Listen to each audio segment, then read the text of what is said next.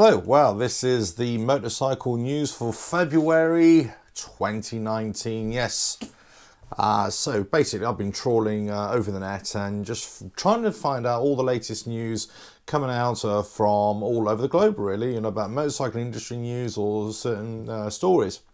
So, lead off with the show today. So hot off the press, a story coming out of London just now is that one of the ambulance service motorcycle paramedics has just had one of their helmets stolen a couple of days ago whilst on shift and whilst responding to an incident.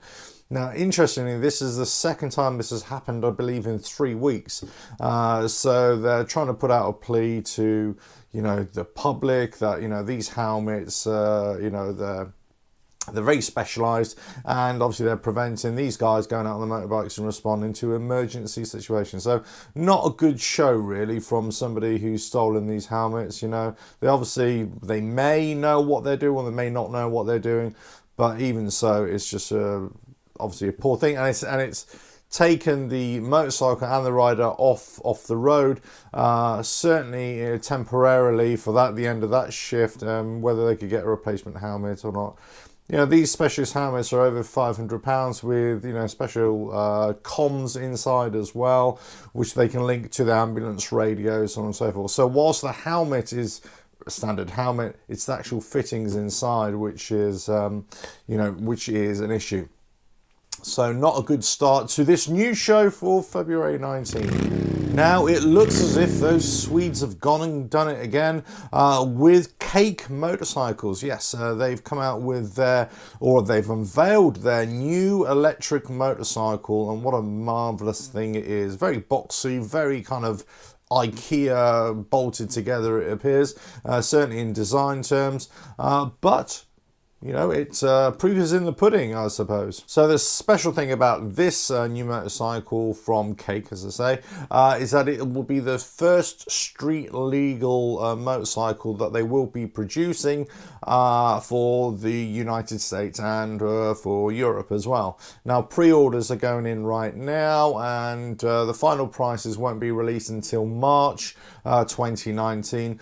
But they're looking in the region of about £10,000, $13,000, $14,000 to be on the road to buy one of these things. So we'll have to wait and see. But the electric market obviously is growing week by week, it appears now, with more and more manufacturers bringing out models. So the future is bright, the future is electric, and the future is, very silent running. Now, unfortunately, news coming out of Thailand today that former New Zealand All Black rugby player has been involved in a motorcycle crash. The fortunate thing, however, is that he has survived, which is a bonus in itself. Yep, so unfortunately what happened was, all the reports are that he was actually on the back of a bike as a pillion, and he was scrolling through Google Maps on his phone, I believe, whilst holding on to the rider, and somehow he's fallen off the back of the bike and hurt himself. So in some ways it was it's quite laughable, but obviously very serious at the same time. He did sustain some injuries, but apart from that, he's walked away with more of a bruised ego than anything else. Yes, ex-All-Black winger Zach Guilford, who has been playing his rugby in France, has also decided to leave France as well. Yes, he's sustained a few cuts and bruises to his derriere and other places, I would assume. So you would think that he won't be doing that again in a hurry, and possibly not going off to Thailand for his birthday celebrations. Bit of a jinx there, possibly. Anyway, that's the news from Thailand. Now, the latest news coming out of MotoGP testing is that Ducati have been experimenting with new tech, new components on their motorcycle for the forthcoming season, and many are claiming that they're trying to introduce a whole shot device which can be manipulated by the rider And it's basically a bit of an anti-wheelie device, really, in many ways. This was first introduced into British superbikes over a decade ago, 15 years ago, and used quite effectively by a couple of the riders there. But then obviously that hasn't been adapted for any other form of racing. It was kind of used for, you know, off-road sort of riding principles, and they're kind of adapting it for the racetrack or road racing applications, seeing if this works and whether it will be passed, whether that's the key thing as well, whether it will be allowed by the regulators as well. So, you know, watch this space, but essentially, you know, motorcycle riders, you know, racers, they're always sort of shifting their weight forward on, you know, high acceleration, because obviously the wheel want to pop up. And, you know, we're talking about, you know, traction control devices that can help in that way, but essentially we're still looking at riders will have to shift their weight forward.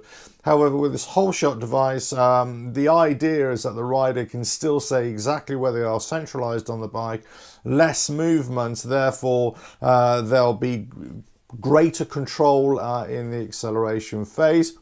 Also, we're led to believe. But anyway, so that's the latest coming out from Ducati with their MotoGP testing process going on right now. Now, if you're like me, you're a great fan of the Isle of Man TT races, but every year it's a bit of a conundrum whether you'll even be able to get across to the island on the ferry crossings unless you've booked really early.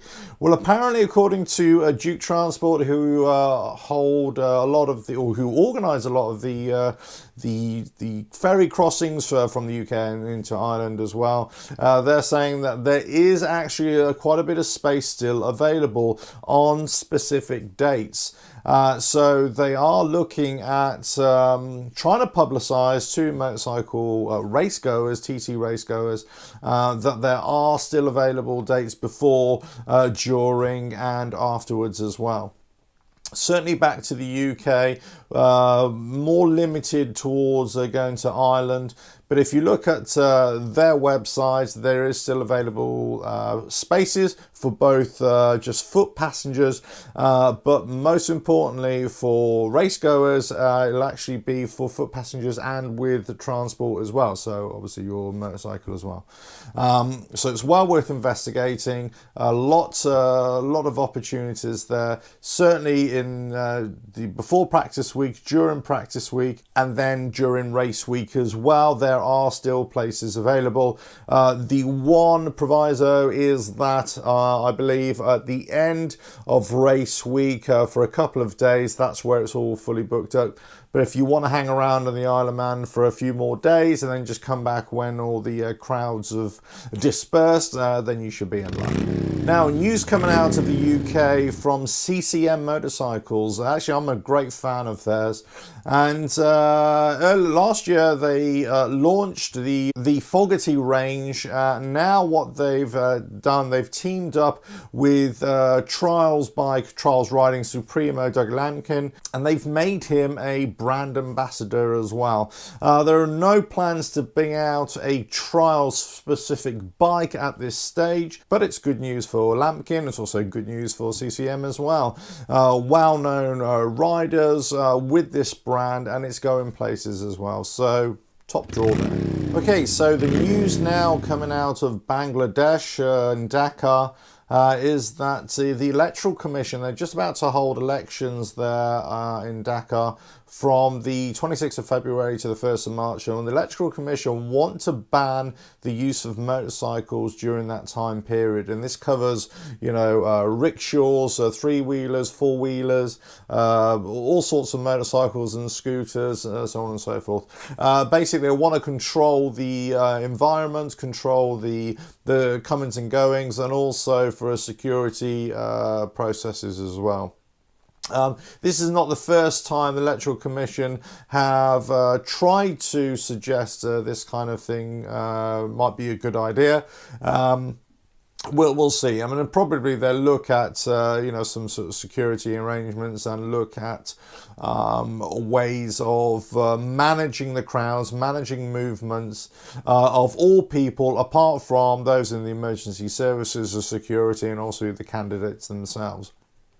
So it'd be interesting to see how they can manage it. Now, this is not a slight on motorcyclists per se or rickshaw drivers. It's actually a way of controlling the chaos that sometimes ensues in these areas. So especially during election period when things can get even more chaotic. So be interesting story to follow this one. Now, coming out of Idaho in the United States, there is a state senator who's trying to change a law in the United States, or actually introduce a law in the United States to prevent motorcycle profiling or profiling of motorcyclists in the US. Now, the US have had a bit of a sketchy past with this. If I remember reporting about 4 or 5 years ago, where the government had actually were keeping records of all motorcycle owners in the US and trying to link that with the potential of criminal activities. And this caused quite a lot of concern amongst riders and the general public and libertarians, of course, because, you know, the overwhelming majority of people who ride motorcycles are all law-abiding citizens. So why do they have to be on an official list or some form of watch list? Whether that was actually ever the intention or not, who knows? But then this is a kind of similar kind of thing where they're looking at trying to change laws to prevent any kind of profiling or targeting of people who are riding motorcycles, certainly at a state level legislation in terms of Idaho. And whether this can actually be used as a federal law to cover all the states as well. Many people are criticizing this move as well, as saying, well, actually there are more important things to be concerned about. For example, drivers texting and driving at the same time and causing a hazard to riders, that kind of thing. So whilst there is a move to make sure that motorcyclists are not targeted by the legal authorities or law enforcement authorities unnecessarily, that is not to say that any criminal activity that is or may be associated with motorcycle riding people should not be investigated in the normal manner. Anyway, so we'll see how this goes. Now, the Senator Lee Hader, who's tried to bring this legislation forward in the past, has not been successful, and you know, they're trying to come about at a new angle this time.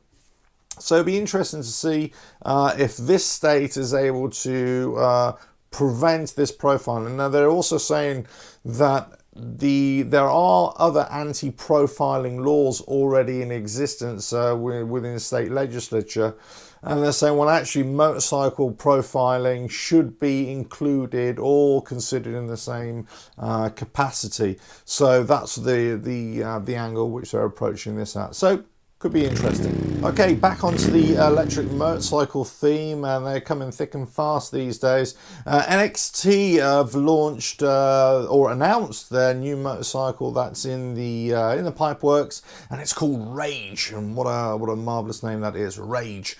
Yes, it's going to be possibly an all-black affair with lots of sort of carbon fiber moldings and bits and pieces added.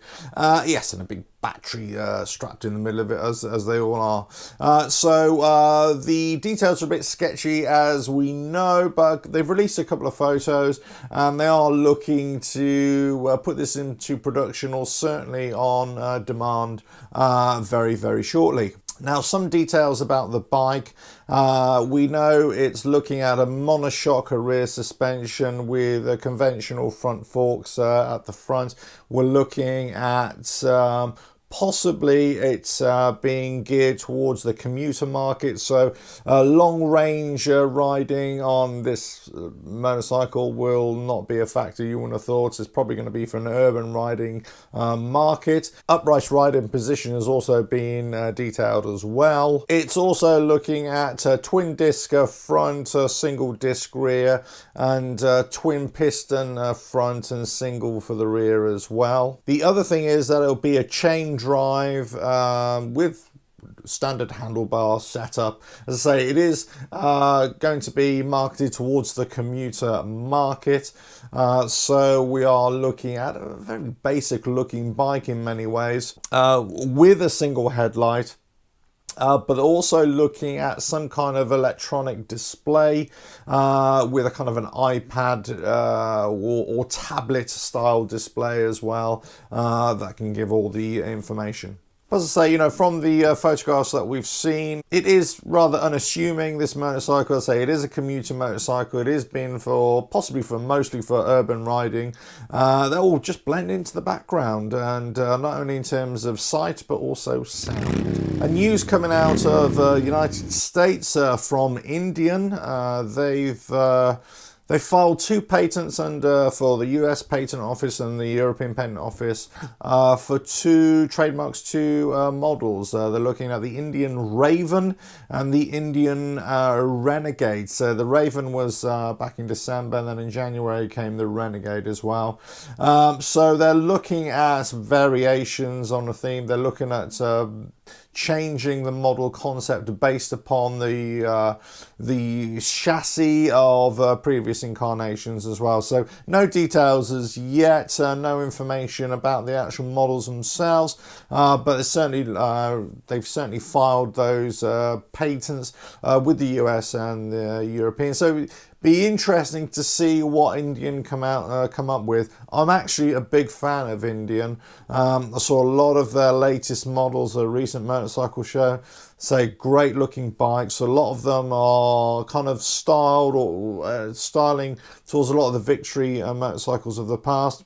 But some great looking bikes, and they've got a nice range as well to suit many traditional cruiser riders, but also morphing into that kind of that flat tracker days as well. So there's a lot there for the new younger riders to get their teeth into, and also you know, changing styles as well. So if these 2 new patents actually get to production bikes, I think we can actually see a lot more diversity from India.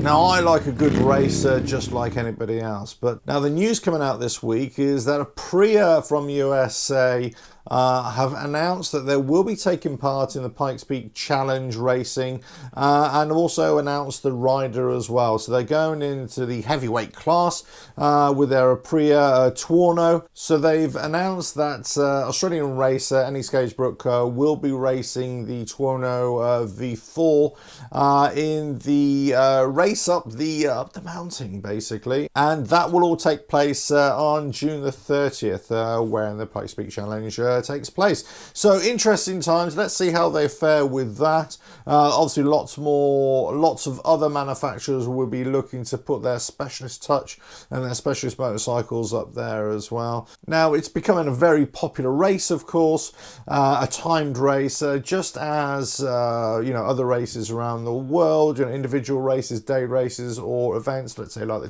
TT, where manufacturers are now sort of coming back to and putting a lot of emphasis of their motorcycles, of their future developments, and that, you know. So if we look at the TT, for example, Norton put a lot of effort, a lot of emphasis on producing a TT bike. So, you know, it's unsurprising that certain manufacturers are looking at these individual races to actually develop their brand and their technology even further. Now, coming out of the UK, a motorcycle safety conference has been announced for March the 6th in Birmingham, and it will be held at the Aston Villa Football Stadium, and it involves many different speakers and groups, industry groups and safety groups from the UK and also around Europe as well, getting involved on that. So this is a great incentive, you would imagine, for the industry people and within the industry and those connected with it to actually come together and look at safety issues, accident issues, that kind of thing, accident causation, crash causation, but also having their focus to educate younger riders as well. So we haven't got the full details of what they're announcing, but it'd be interesting to see what they can come up with, for this safety conference, and if that information can then be disseminated to the wider motorcycling public as well.